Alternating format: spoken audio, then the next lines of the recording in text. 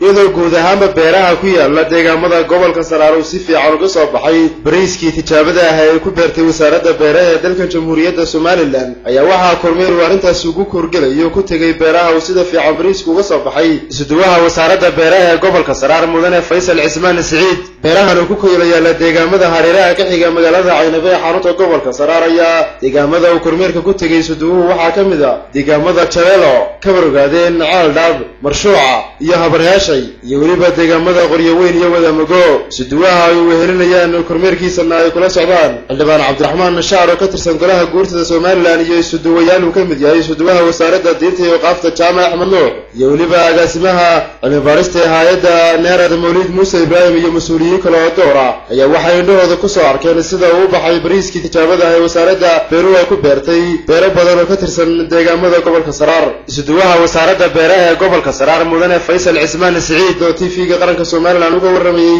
sida uu baxay bariisku ayaa tilmaamay in dhammaanba bariiskii laga beeray beeraha ku yaala gobolka Saraar uu baxay sidii loogu talagalay waxaana uu isuduwuhu tilmaamay in dhawaan la soo jari doono qaar ka mid ah bariiskii ka baxay beeraha gobolka Saraar ku yaala waxaana uu tilmaamay in guud ahaanba sidii loogu talagalay uu bariisku u baxay isuduwaha wasaaradda diinta iyo qaafta Jaamac Axmed Nuur isaguna ka hadlay madashaasi kormeerka ku marayeen ayaa waxa uu si weyn ugu mahadnaqay isuduwaha beeraha uu ku tilmaamay inuu yahay mid si fiican u shaqeynaya sidoo kalena Xildhibaan Cabdiraxmaan Nashaar oo ka tirsan golaha guurtada Somaliland oo ugu dambeynba ka hadlay kormeerkaasi ayaa si weyn ugu mahadnaqay isuduwaha wasaaradda beeraha oo ku tilmaamay inuu yahay isuduwa firfircoon isla markaasna ka shaqeeya sidii uu horumarin lahaa beeraha gobolka Saraar xildhibaankani waxa uu fariin u diray wasaaradda beeraha oo ka codsaday in la caawiyo isla markaasna lagala shaqeeyo isuduwaha wasaaradda beeraha sidii hawshiisa ugu wadi lahaa si hufan isla markaasna loo keeno qalab iyo gaadiid ay ku shaqeeyaan soo saaro hadiya dooban isagoo imid